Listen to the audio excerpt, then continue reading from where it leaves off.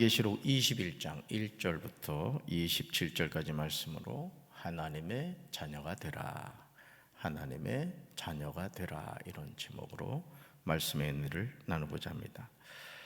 KTX를 타고 목적지를 향해서 가다 보면 차창 밖으로 많은 풍경이 지나갑니다. 기차 안에 있는 어느 사람도 차창 밖에 있는 풍경을 보려고 내리지 않습니다. 왜냐하면 자신이 가야 할 분명한 목적지가 있기 때문에 그렇습니다. 그런데 정말 안타깝게도 우리 주변에 많은 사람이 천국을 향해 가는 구원 열차를 타고 가다가 기차 밖에 있는 그 무엇 때문에 기차에서 내리는 경우를 우리는 종종 보게 됩니다. 혹시 여러분은 어떠십니까? 천국행 기차에서 내려야 하겠다는 마음을 먹지는 않으셨습니까? 이 정도 교회 다녔으면 됐지, 이 정도 신앙생활 했으면 됐지, 뭘 더 이상 바라겠어, 나는 여기까지야, 혹시 그런 생각을 하진 않으셨습니까? 이 세상의 모든 것들은 다 지나갑니다. 기차 밖에 존재하는 풍경과 같습니다. 요한계시록 21장은 새 하늘과 새 땅에 관한 내용이 나옵니다. 하나님께로부터 하늘에서 내려오는 거룩한 성 새 예루살렘에 대해서 증언하고 있습니다. 한번 따라합시다. 천국은 분명히 있습니다. 아멘. 자, 첫 번째 볼까요? 요한이 새 하늘과 새 땅을 보니 처음 하늘과 처음 땅과 바다가 없어졌습니다. 요한이 1절에서 본 곳에 여러분 주목하시기 바랍니다. 같이 읽습니다. 또 내가 새 하늘과 새 땅을 보니 처음 하늘과 처음 땅이 없어졌고 바다도 다시 있지 않더라. 아멘. 요한은 지금 처음 하늘과 처음 땅이 없어지고 바다도 다시 있지 않은 것을 보게 되었습니다. 그리고 이제까지 보지 못한 질적으로 완전히 다른 새 질서의 새 하늘과 새 땅을 보게 된 것입니다. 여기서 새 하늘과 새 땅은 하나님이 임재하셔서 그분의 통치가 온전히 이루어지는 곳이며 도덕적이며 영적입니다. 바다는 악을 가리키고 있음을 보여줍니다. 요한은 계속해서 2절에서 또 다른 장면을 보게 되죠. 같이 읽습니다. 또 내가 보매 거룩한 성 새 예루살렘이 하나님께로부터 하늘에서 내려오니 그 준비한 것이 신부가 남편을 위하여 단장한 것 같더라. 아멘. 여기서 예루살렘은 질적으로 변화된 하늘의 예루살렘을 암시합니다. 그런데 새 예루살렘의 두 가지 특징이 나타나죠. 첫째, 하나님께로부터 하늘에서 내려옵니다. 이것은 인간의 능력과 수단에 의해서 만들어지는 것이 아니라 하나님이 만드신 선물이요 하나님의 거처임을 보여줍니다. 둘째, 그 준비한 것이 신부가 남편을 위하여 단장한 것 같습니다. 이것은 신부인 새 예루살렘은 구속받은 하나님의 백성의 공동체를 의미하며 하나님과 백성 간의 교제를 암시합니다. 이어지는 3절에서 요한은 보좌에서 큰 음성이 나서 이르는 말을 듣게 되죠. 같이 읽습니다. 내가 들으니 보좌에서 큰 음성이 나서 이르되 보라, 하나님의 장막이 사람들과 함께 있으매 하나님이 그들과 함께 계시리니 그들은 하나님의 백성이 되고 하나님은 친히 그들과 함께 계셔서. 아멘. 암송해야 될 말씀 가운데 한 구절이죠. 사랑하는 성도 여러분, 얼마나 감격스러운 장면입니까? 말씀이신 그리스도가 우리 가운데 거하신 것처럼 하나님이 자기 백성 가운데 임하셔서 함께 거하십니다. 그런데 이런 하나님이 사람들과 함께 거하심이 일시적인 것이 아니라는 사실입니다. 영원하다는 것이죠. 그러니까 우리가 일시적인 이 세상을 살다가 영원한 하나님의 나라에 들어가서 살게 된다는 뜻입니다. 하나님과 자기 백성 간에 밀접한 교제를 나누게 되죠. 여러분 4절을 주목해 보시기 바라요. 사실 제가 장례를 할 때 이 3절과 4절 말씀을 가지고 많이 이 말씀을 나누는데요. 자, 4절 같이 읽습니다. 모든 눈물을 그 눈에서 닦아주시니 다시는 사망이 없고 애통하는 것이나 곡하는 것이나 아픈 것이 다시 있지 아니하리니 처음 것들이 다 지나갔음이로라. 아멘. 천국이 어떤 곳일까? 우리가 천국 가면 어떻게 될까? 오늘 3절과 4절에 그 내용이 나오고 있죠. 새 하늘과 새 땅이 되기 이전에 죄와 사망으로 인해 이 세상이 부패되고 변질되어 우리가 얻게 된 것이 뭐죠? 여러분, 우리가 이 세상을 살면서 우리는 행복하기를 원하고 참 우리 인생이 의미 있기를 원하는데 우리가 이 세상을 살면서 얻게 되는 게 뭡니까? 바로 그것이 눈물이죠. 사망입니다. 애통입니다. 곡하는 것이죠. 아픈 것입니다. 하지만 새 예루살렘에는 하나님이 영원히 임재하셔서 처음 것들이 모두 사라졌습니다. 이제는 하나님의 위로하심과 하나님의 백성 간의 아름다운 교제가 있게 되는 거예요. 여러분, 힘드시더라도 잘 참으시기 바라요. 주님 앞에 설 때까지 잘 참으세요. 새벽기도 빠지고 싶을 때도 그래도 나오셔야 돼요. 아멘. 왜요? 하나님이 우리에게 약속하신 천국이 있기 때문에 그래요. 그러니까 그 천국을 어떤 분들은 죽어서만 맛보는 사람이 있는가 하면 이 땅을 살면서 오늘 이 3절과 4절 말씀을 붙잡고, 그래, 내가 지금은 눈물 나지만 너무 고통스럽고 힘들지만 주님이 나에게 허락하신 천국이 있지, 그 천국을 미리 맛보고 살아가는 성도들도 있습니다. 저는 우리 사랑하는 성도 여러분들이 다 사라지는 차창밖의 풍경과 같은 이 세상 것에 몰두하는 것이 아니라 우리의 목적지, 주님이 약속하신 천국을 향해서 힘차게 달려가게 되시기를 주님의 이름으로 축원합니다. 하나님의 위로하심과 하나님의 백성 간의 아름다운 교제가 있다는 것을 잊지 마세요. 왜냐하면 처음 것들은 다 지나가기 때문에 그렇습니다. 자, 두 번째 볼까요? 알파와 오메가요, 처음과 마지막이신 하나님은 생명수 샘물을 거저 주십니다. 요한은 5절에서 음성을 듣게 되죠. 같이 읽습니다. 보좌에 앉으신 이가 이르시되 보라, 내가 만물을 새롭게 하노라 하시고, 또 이르시되 이 말은 신실하고 참되니 기록하라 하시고. 아멘. 보좌에 앉으신 하나님은 미래에 이루실 새로운 창조 행위에 대해서 예언적으로 선언하고 계십니다. 하나님은 요한에게 친히 이 말은 신실하고 참되니 기록하라 이렇게 말씀하십니다. 그러면서 6절에서 요한에게 말씀하시죠. 같이 읽습니다. 6절, 또 내게 말씀하시되 이루었도다. 나는 알파와 오메가요, 처음과 마지막이라. 내가 생명수 샘물을 목마른 자에게 값없이 주리니. 아멘. 여기서 이루었다는 것은 이제까지 요한에게 말씀하신 것들이 이미 시작되었음을 보여주는 것입니다. 그러면서 그리스도에게 적용되었던 하나님의 칭호를 언급하고 있는 것을 보게 되죠. 첫째요, 나는 알파와 오메가다. 둘째는요, 처음과 마지막이다. 셋째요, 내가 생명수 샘물을 목마른 자에게 값없이 주겠다라는 거예요. 예수님은 요한복음 7장 37절에서 실제로 너희 목마른 자들아 내게로 오라 초청하신 것을 여러분 기억하실 겁니다. 저와 여러분의 영적인 목마름은 오직 하나님 안에서만 해결됨을 믿습니다. 그래서 우리가 주님 앞에 늘 나와야 돼요. 우리의 영적인 목마름은 오직 하나님만이 해결해 주실 줄로 믿습니다. 그런데 하나님은 생명수 샘물을 목마른 자에게 값없이 주십니다.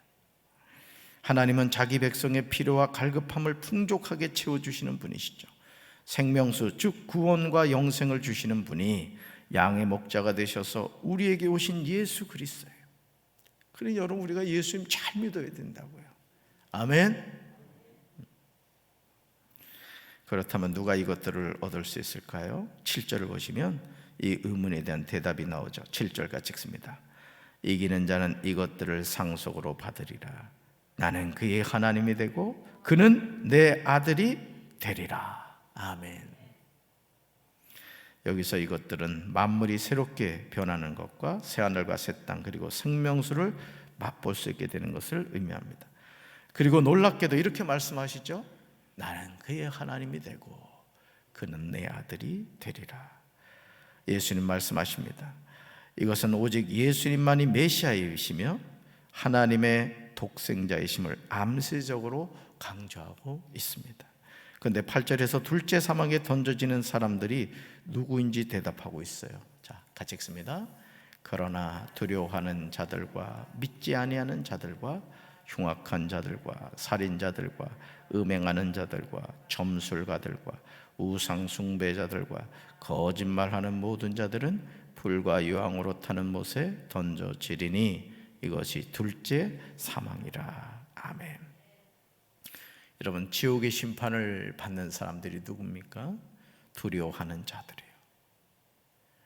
여러분, 이번에 그 강원도 목사님이 두려움을 극복하는 믿음이라는 주제로 우리에게 말씀을 전했잖아요. 우리 신앙생활하는 사람은 두려워하지 말아야 됩니다. 아멘. 그래서 어떤 분이 성경 66권을 이렇게 찾아봤더니 두려워하지 말라는 말씀이 365번이 나오더라는 거예요. 1년이 365일이죠. 그러니까 여러분, 우리가 두려워한다는 것은 하나님에 대한 불신이죠. 우리 사랑하는 성도 여러분들이 늘 하나님을 의지함으로 두려움에서 승리하게 되길 바랍니다. 또 믿지 아니하는 자들, 흉악한 자들, 살인자들, 음행하는 자들, 점술가들, 우상 숭배자들, 거짓말하는 모든 자들이 둘째 사망을 맞이하게 된다는 거예요. 그래서 여러분, 신앙생활하는 성도들은 거짓말하면 안 돼요. 아멘. 참말만 해야 됩니다.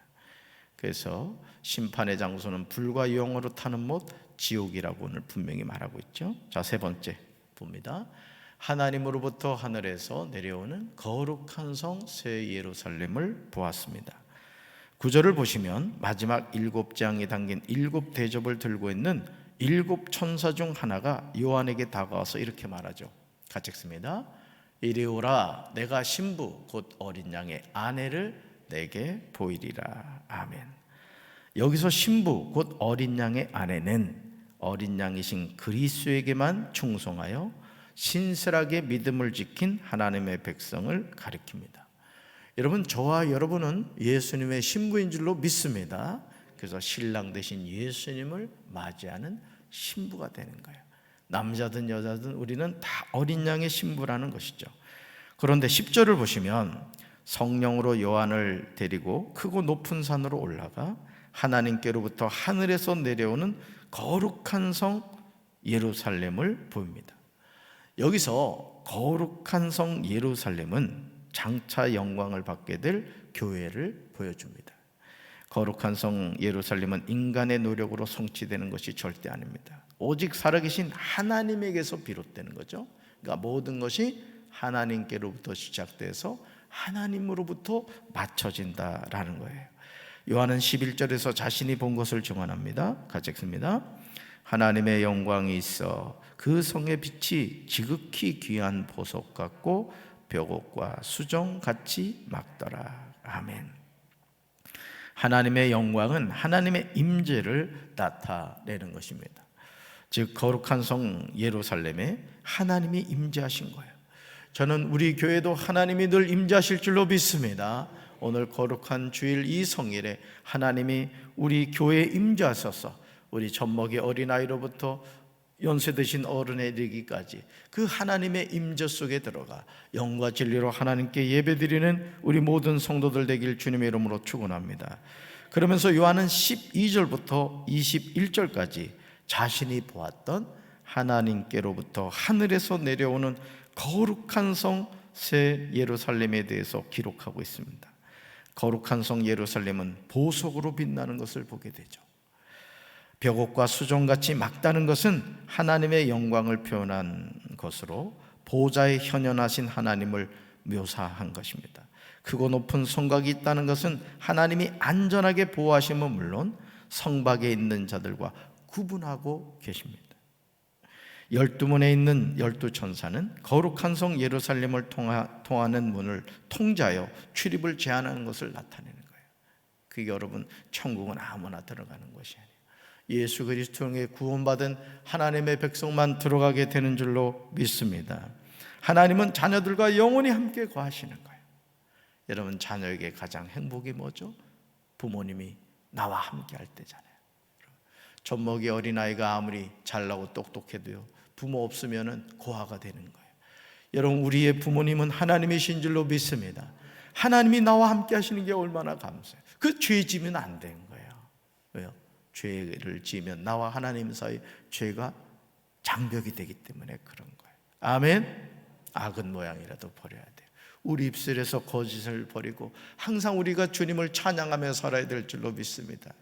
찬양 찬양, 아침에도 찬양, 한낮에도 찬양, 찬양 찬양, 해질 때도 찬양. 그죠? 항상 찬양하며 사십시오. 항상 기도하며 사십시오. 그것이 우리가 하나님과 더불어 함께 살아가는 삶이 되는 것입니다. 여러분, 거룩한 성 예루살렘은 성막이나 지성소와 마찬가지로 하나님이 임재하시며 그의 완전한 통치가 실현되는 거예요. 18절 보시면요, 성곽의 재질이 벽옥임을 알 수 있습니다. 벽옥은 하나님의 임재를 통해 나타낸 하나님의 영광의 광채를 의미합니다. 18절에서 그 성은 정금인데 맑은 유리는 아무런 흠과 티도 없는 신부의 순결과 아름다움을 의미하죠. 19절 보시면 성곽의 기초석은 각색 보석으로 꾸며졌음을 보게 됩니다. 19절과 20절을 보시면요, 12종류의 보석이 나오는 것을 보게 되죠. 여러분 19절과 20절 한번 볼까요? 여러분 성경을 보세요. 자, 뭐가 나오죠?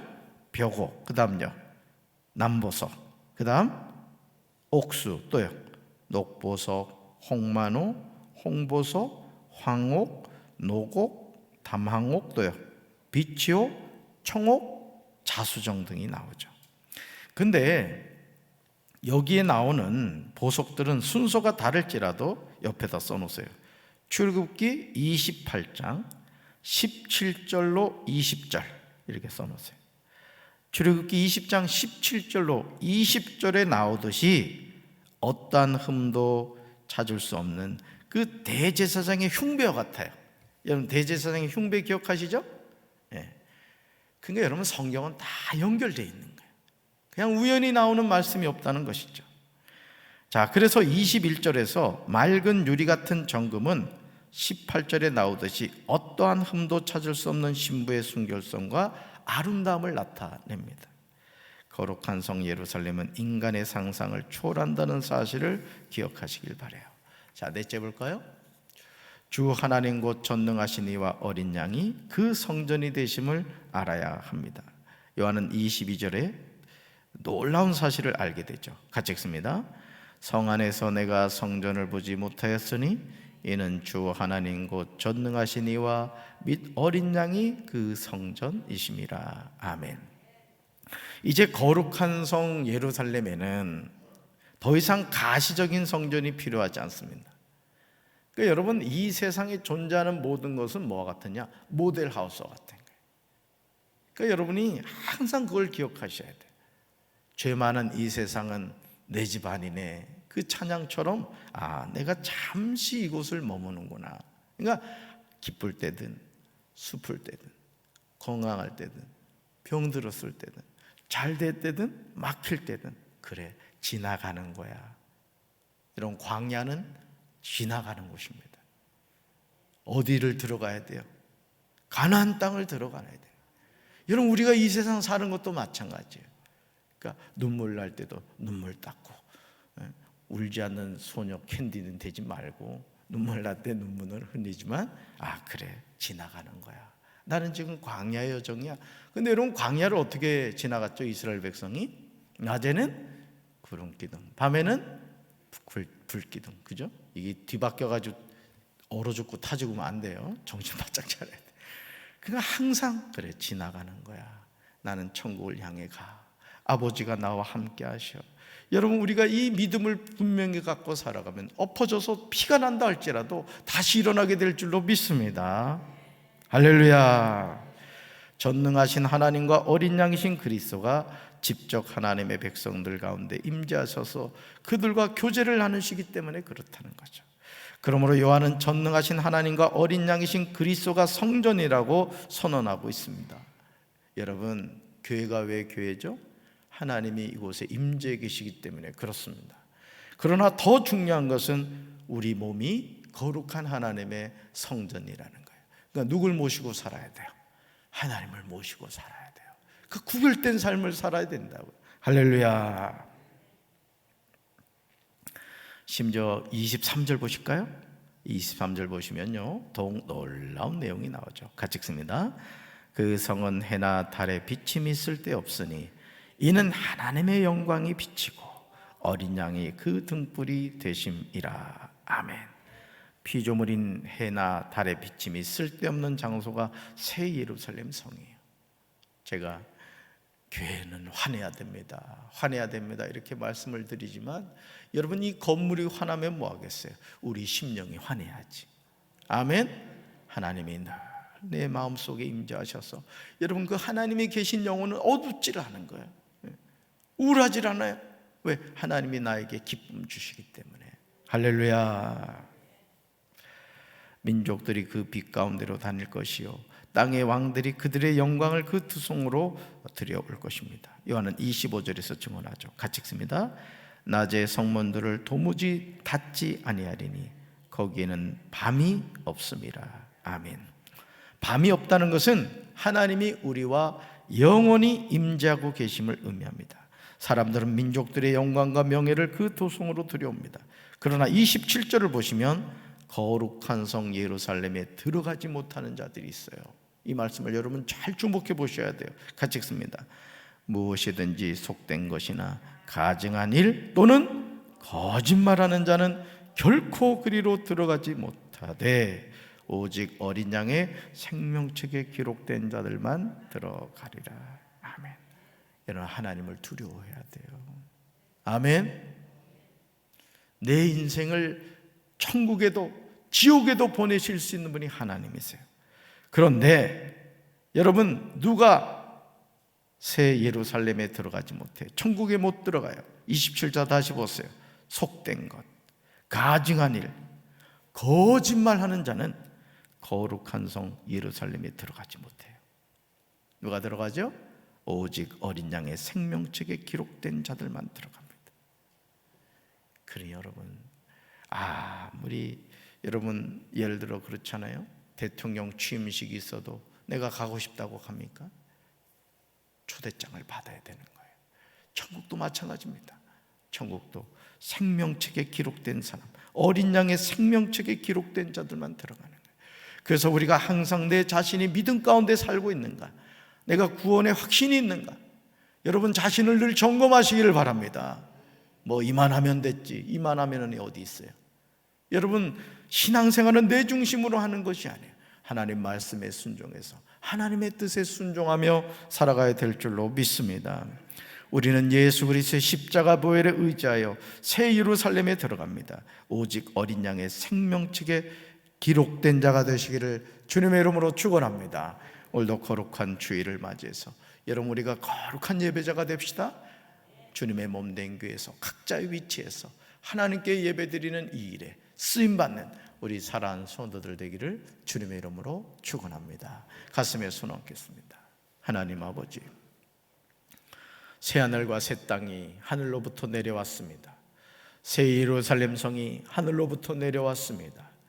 이것은 인간의 어떤 수고와 노력으로 얻을 수 있는 것이 아니라 하나님께서 이 모든 것을 우리에게 주신다는 사실을 증언하고 있습니다. 모델하우스와 같고 안개와 같고 들의 꽃과 같은 삶을 살아가면서 우리는 무엇을 근심하며 염려합니까? 내 삶의 주인 되신 하나님께 내 삶의 모든 것을 맡기고 항상 기뻐하며 쉬지 말고 기도하며 범사에 감사하며 살아가게 하옵소서.